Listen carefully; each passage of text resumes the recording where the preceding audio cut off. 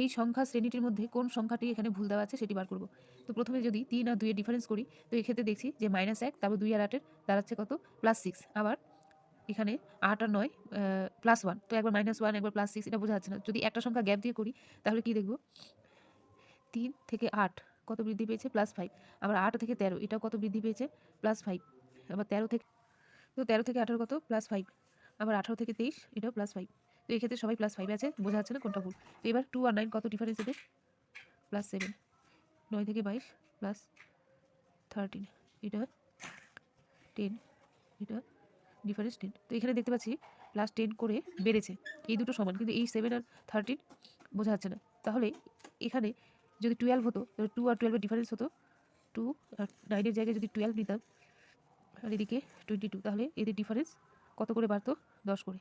তার মানে বোঝা যাচ্ছে যে কোথায় সংখ্যাটি ভুল আছে। তাহলে অ্যান্সার হবে